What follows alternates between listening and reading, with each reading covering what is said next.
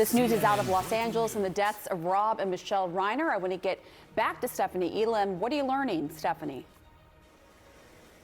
Pamela, we have a big development here now. We can tell you that Nick Reiner, the 32-year-old son of Rob and Michelle Reiner, has been booked into a Los Angeles jail. That happened on Monday, happened today after his parents were found dead. Now, what is worth noting here is that it doesn't exactly say what he's charged with, but we do know that his bail has been set at $4 million, according to these jail records that we are seeing here, but still not clear on what has happened here.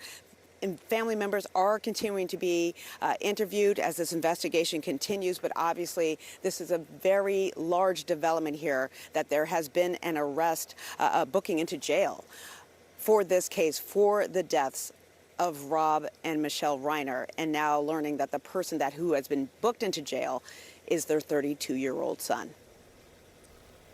Yeah, it's amazing development indeed. I want to bring in our chief media analyst, Brian Stelter, who's joining us right now. Huge development. I must say, Rob Reiner was such a major presence in Hollywood all of these years. But give us your reaction to what the breaking news is. That's right. And Rob and Michelle Reiner had 3 children, 2 sons and 1 daughter. They were most recently photographed together, all as a family, on the red carpet for the family's newest movie. Rob and Michelle had both worked on, Rob had directed a sequel to This Is Spinal Tap. So they were out there being photographed in September, all together as a family. But it's going to obviously come up right away that Nick Reiner struggled for many years with drug abuse. He was homeless for a time. And that's something that Rob Reiner spoke about and was public about and was transparent about. In fact, the 2 men worked on a film together about 10 years ago. The film was titled Being Charlie, and it was loosely based on his son Nick's experiences earlier in life. Nick Reiner did not end up getting other screenwriting credits later, but they did come together for that collaboration about a decade ago. And Rob Reiner spoke very eloquently about learning about his son, about learning about Nick's struggles through that filmmaking process. Quoting from the Los Angeles Times back then, Reiner and his wife struggled as their son Nick was addicted to hard drugs, rotating in and out of rehab facilities like they were shopping malls. The couple wondered if there was an end in sight. So that's a decade ago. That is in the past, but it is relevant context about Nick Reiner, 32 years old, as people are going to be wondering now why he has been taken into custody and why he's been booked on this felony charge. And now, Wolf, we're going to wait for answers from authorities there in Los Angeles. Yeah, we are waiting for answers. And Stephanie, on that point, what happens next for Nick Reiner? Do we know? And also, can you tell us anything more about him? We learned from Brian, but I know you can expand. Yeah, I think what's also worth noting, right, we learned about this happening, that it happened in the late afternoon local time here in California yesterday. Looking at the jail booking document, you can see that Nick Reiner was arrested yesterday. That's a new development that we've seen in there, and he was booked into jail today. We did hear from the Los Angeles Police Department that they had to get a search warrant to further their investigation before they could even go farther with saying who they thought may be the suspect in the case and what may have been a motive. We were standing out here very early this morning when they took away the police tape, opened up the street, and now shortly thereafter we're getting this booking information from the jail. So just giving a bit of context.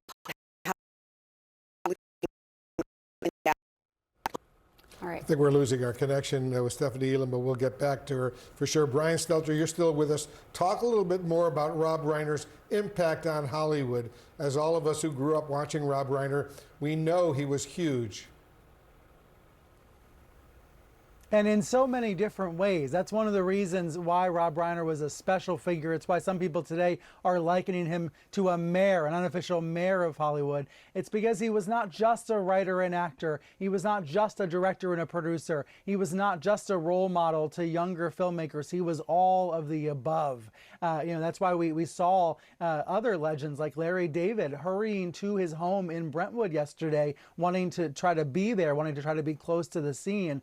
Reiner was larger than life in that way, partly because he worked for so many different decades. Getting his start at a playhouse in Bucks County, Pennsylvania, and then on the Smothers Brothers Comedy Hour on CBS in the late 60s. Those writing credits then turned into acting credits, most famously with All in the Family. And you think about even the name of that sitcom. You think about him playing Archie Bunker's son-in-law. Family and that connection of family was really important through his decades. I mentioned that he had 3 children with Michelle, and that was a love story in and of itself that spanned almost 40 years and helped inspire the ending of When Harry Met Sally, something we've been talking about here on the air this morning. So that's just going to intensify the curiosity and the concern about why one of his sons, Nick, has been booked on this felony charge, this unknown felony charge. Unfortunately, we're in a little bit of an information vacuum right now, but we do know a family member was interviewed by police last night, and now we know one of the sons is in custody.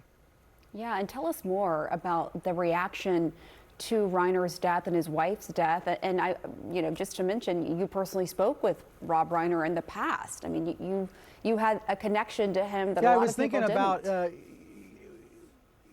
Well, I was thinking about what it was like to sit down with him because, sometimes you never know what you're going to expect when you're talking to one of these A-listers who's been around forever, who's been out there in the movie-making industry, who could do doing anything, talking to anybody. Sometimes they might be dismissive, but in the case of Rob Reiner, he made everybody feel at ease immediately. He was cracking jokes with the folks there on the set that day, having everybody in stitches. You could tell that he was a natural-born entertainer, and that came, of course, in part from his father, Carl, who was a comedy icon as well.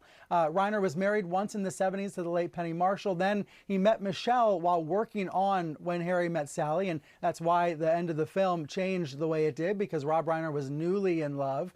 And then they had a really great working relationship for decades. I mentioned that film Being Charlie that was loosely based on his son Nick's struggles with homelessness and addiction. But there were films that Michelle and Rob worked on together, including most recently that sequel to Spinal Tap that just came out in September. I was inspired by an interview Reiner did with NPR earlier this year, saying that he wanted to keep telling stories, that even in this AI world, that this corporate Hollywood world, that people are always going to want to connect to great storytelling. And that's what Reiner was able to do, whether through his own production company, through supporting actor roles on sitcoms and movies, or working with his wife on any number of film productions.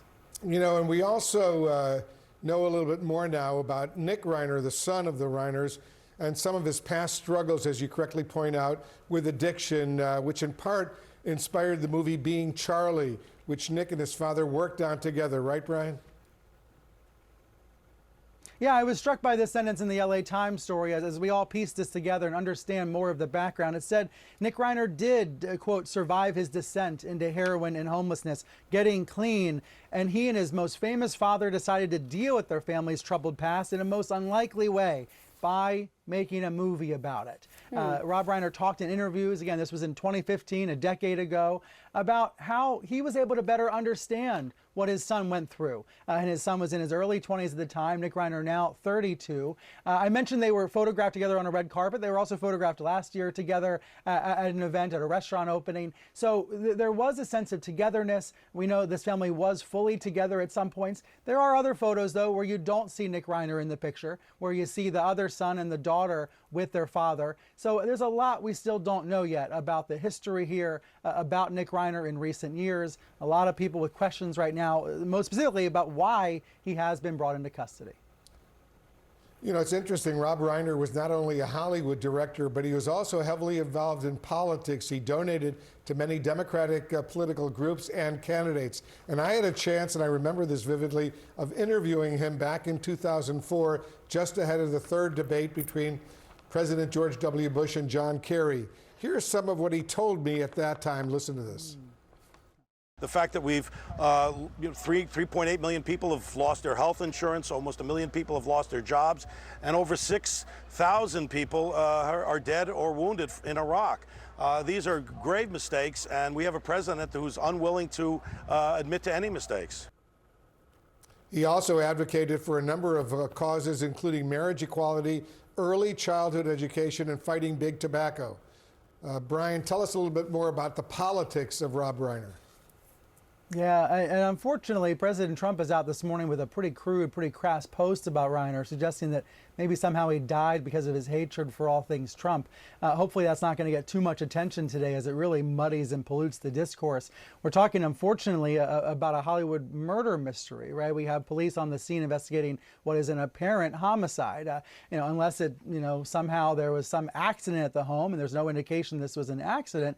We're talking about a situation where someone seemed to want Rob and Michelle Reiner dead. And there's a lot of questions I'm sure the authorities are trying to answer and will then answer in the public in due course. One of the most gripping parts of the reporting overnight was about the fact that a relative went over to the home and was there and it was the person who originally was able to see these bodies. Your heart goes out to whatever relative that was, whatever family member that was, who stumbled onto this crime scene. And I think as more reporting comes out, we'll find out who that was and what that moment was like. But it may speak to the close-knit nature of this family coming over on a Sunday afternoon, whether that was on an ordinary Sunday or because they were concerned, in this case, about the mother and father of the family. And again, a lot we don't know on that front